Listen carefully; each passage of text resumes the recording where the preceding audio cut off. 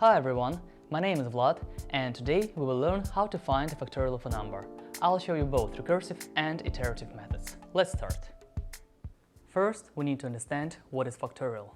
Factorial is the product of all positive integers less than or equal to our number n.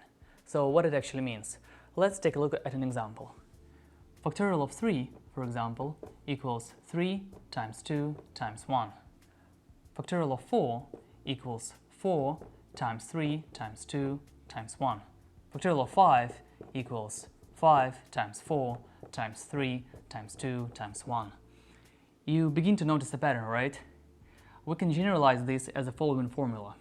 Factorial of n equals n times n minus 1 times n minus 2, etc. times 1. Now let's take a look at another pattern. If you look closely at this part, you will realize that this is actually factorial of 4. This part here is actually factorial of 3. And this part is factorial of 2. So we can write another formula. Factorial of n equals n times n minus 1 factorial. And we will use this formula for our recursive algorithm. At this stage, I assume you understand what recursion is. If you don't, please check the link in the video description below. What will be the base case for this recursion? Base case is the condition for which the answer is already known.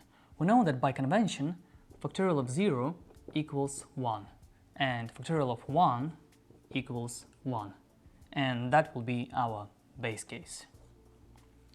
Say we'll have a function f of n, short for factorial, that will use this formula to return us factorial of integer n. Say we need to find factorial of 4. So according to this formula, factorial of 4 will be 4 times factorial of 4 minus 1, 3. So 4 times factorial of 3. Factorial of 3, accordingly, will be 3 times factorial of 3 minus 1, 2.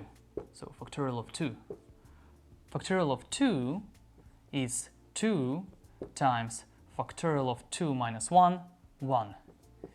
And factorial of 1 is actually our base case. So we know the answer to that.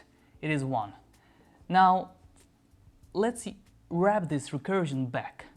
So this whole expression will be equal to 2 times 1, 2. So factorial of 2 equals 2. This whole expression will be equal 3 times 2, 6. So factorial of 3 equals 6. This whole expression will be 4 times 6, 24. So factorial of 4 equals 24. And that's our answer. So what about time and space complexity? Time. As you can see, number of steps it takes to find factorial of integer n, in this case 4, is proportional or the same to the integer itself. So it's 1, 2, 3, 4. So our time complexity is linear, big O of n. What about space? In order to better understand space complexity, let's try to visualize what's going on with the memory in our program when we're doing this calculation. First, the function f of 4 is called, and it gets placed on the memory stack. Let's draw it here. Then function f of 3 is called, and it gets placed on top of the memory stack. Then function f of 2, and so on, until we reach the function that will actually return the value, some value, or in other words, until we reach our base case. But at the peak of this computation, as you can see, the height of this stack is the same as our integer itself. So our space complexity is also linear, big O of n. Another way to find a factorial is an iterative approach. Let's look at this formula again. What we're doing here is just multiply the integers from 1 to n. So 1 times 2 times 3 and so on. So for our actual algorithm, what we can do is just loop over this range of integers from 1 to n and find their product. Yes, that's the whole algorithm. What about time and space complexity? Well, for time, we will loop over range of integers from 1 to n. So the maximum length is n, and our time complexity will be linear, big O of n. And what about space? Well, in this case, we will actually improve on our space complexity. Why?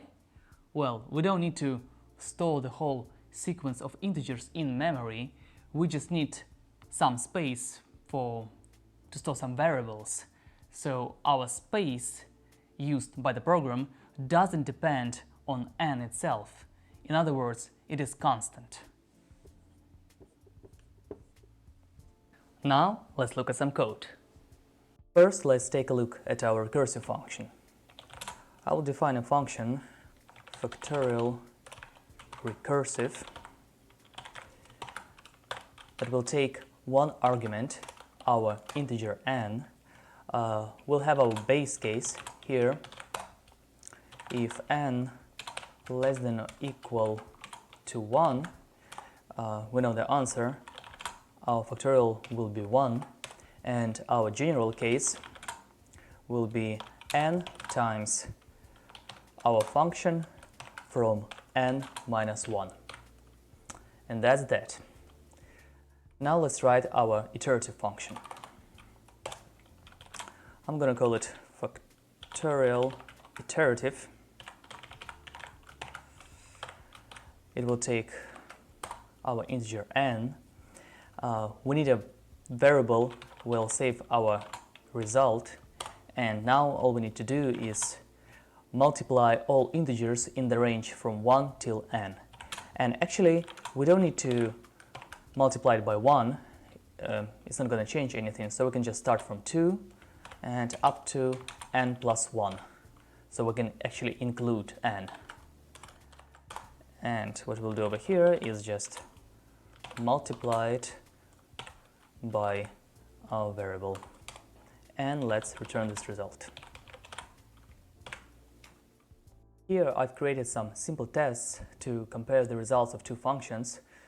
We just test the values of 0, 1, 3, 4 for both functions and compare the results. Let's give it a quick run. And we don't have any errors, so this simple test pass. Another thing you can do is just run two functions alongside each other and compare the results. Here I've created a simple function that takes these two functions as arguments, and we try to find all the values of factorial from 1 to 990, and we compare these results. And if the results are different, we will receive this error. Let's give it a quick run. Yep, it all passes, all good. The only thing you need to keep in mind about this code is that Python has a recursion depth limit of 1000.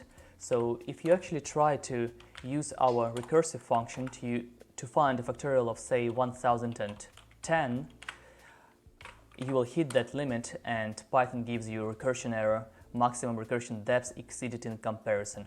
So that's something to keep in mind. On the other hand, iterative function doesn't have these limits. Thank you for watching this video. If you found it helpful, give it a like.